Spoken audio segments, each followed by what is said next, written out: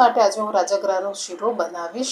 જ્યારે ઉપવાસ હોય તો તમે રાજગરાનો શીરો બનાવીને ખાઈ શકો છો. તો એના માટે મેં અહીંયા 1 વાટકી રાજગરો લીધો છે, એની સામે 1 વાટકી ખાંડ લીધી છે, 1 વાટકી ઘી છે. જે વાટકી તમે રાજગરાનો લોટ લીધો છે તો 2 વાટકી મેં પાણી લીધું છે અને અહીંયા મેં થોડા ડ્રાયફ્રૂટ્સ લીધા છે. તો હવે આપણે પહેલાં રાજગરાના લોટને શેકી દઈશું. એક પેન લીધી છે, ગેસ ચાલુ કરી દીધો છે. આમાં 1 વાટકી ઘી લઉં છું અને 1 વાટકી રાજગરાનો લોટ. આને હવે આપણે પહેલાં શેકી દઈશું.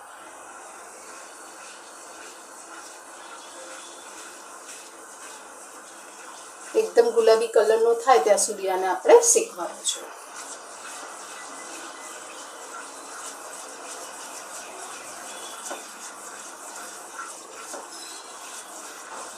અને લોટ શેકાયો એટલે સરસ સુગંધ પણ આવશે. લોટ શેકાઈ જશે ને એટલે અને કન્ટિન્યુ હલાવતા રહેવાનું. અને એક બાજુ મેં અહીંયા ગેસ પર પાણી પણ મૂક્યું છે. જે 1 વાટકી લોટ છે તો 2 વાટકી પાણી છે, તેને ગરમ કરવાનું પણ જોડે ચાલુ કરી દેવાનું, જેથી લોટ શેકાઈ જાય પછી આપણે પાણી અંદર એડ કરી શકીએ.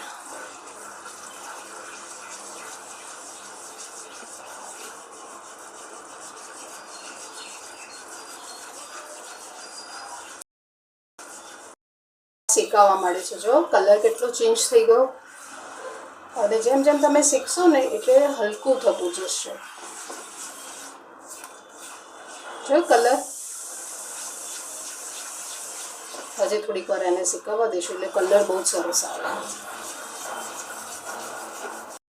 શેકાઈ ગયો છે ને અહીંયા પાણી પણ ગરમ થઈ ગયું છે, તો એડ કરતા જઈશું થોડું થોડું.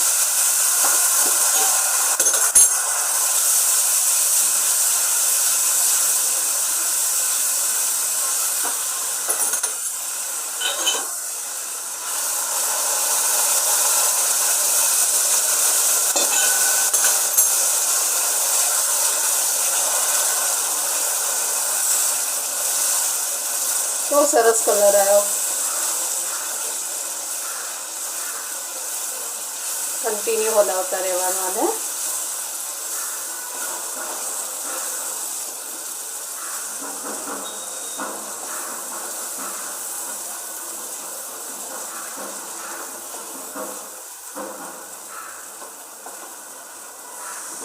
હવે આમાં આપણે 1 વાટકી જે ખાંડ લીધી છે અંદર એડ કરી દઈશું.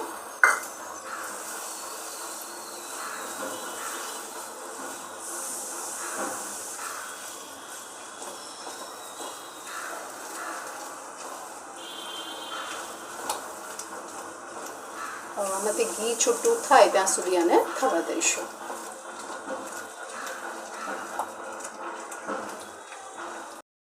હું થોડીક ઇલાયચી પણ નાખીશ. તમારી પાસે ઇલાયચી પાવડર હોય તો પણ તમે એડ કરી શકો છો. આનાથી ટેસ્ટ બહુ સરસ આવે. જો ઘી છૂટું પડી ગયું ને એકદમ. જો શીરો કેવો સરસ થયો છે. તમને મારી રેસીપી કેવી લાગે છે? સારી લાગતી હોય તો લાઈક કરજો, કોમેન્ટ કરજો, સબસ્ક્રાઈબ કરજો. કોમેન્ટમાં મને જરૂરથી કહેજો કે મેં આ શીરો કેવો બનાવ્યો છે.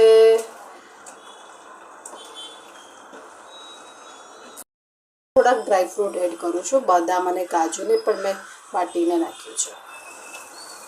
સરસ લાગે ને? હવા થઈ ગયો છે તો હું ગેસ બંધ કરી દઈશ અને સર્વિંગ પ્લેટમાં કાઢી લઈશ. આજે કાનાજી માટે મેં ઘણો ભોગ બનાવ્યો છે.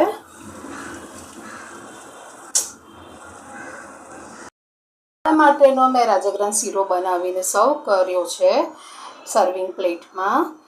અને આની ઉપર હું થોડીક ઇલાયચી એડ કરીશ, કાજુથી ગાર્નિશ કરીશ, કાજુ અને બદામથી.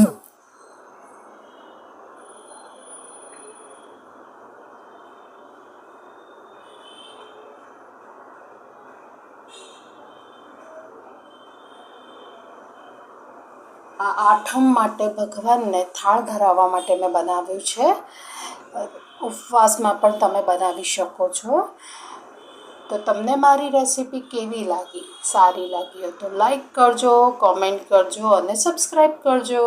Thank you for watching. મેં આઠમ માટેની ફરાળી થાળી બનાવી છે. એક તો મેં ભાખરી બનાવી છે, ફરાળી ભાખરી બનાવી છે, ફરાળી બટાકાનું શાક બનાવ્યું છે, સાબુદાણા ખીચડી બનાવી છે અને રાજગરાનો શીરો બનાવ્યો છે અને થોડુંક દહીં. તો તમને મારી આ રેસીપી કેવી લાગી? જો સારી લાગી હોય તો લાઈક કરજો, કોમેન્ટ કરજો અને સબસ્ક્રાઈબ કરજો. આ બધા વિડીયો મેં મૂક્યા છે. પ્લીઝ તમે કોમેન્ટ અને એક લાઈક તો કરી શકો છો મારી રેસીપીને. તો મને જરૂરથી કહેજો કે હું કેવી રેસીપી બનાવું છું. Thank you for watching.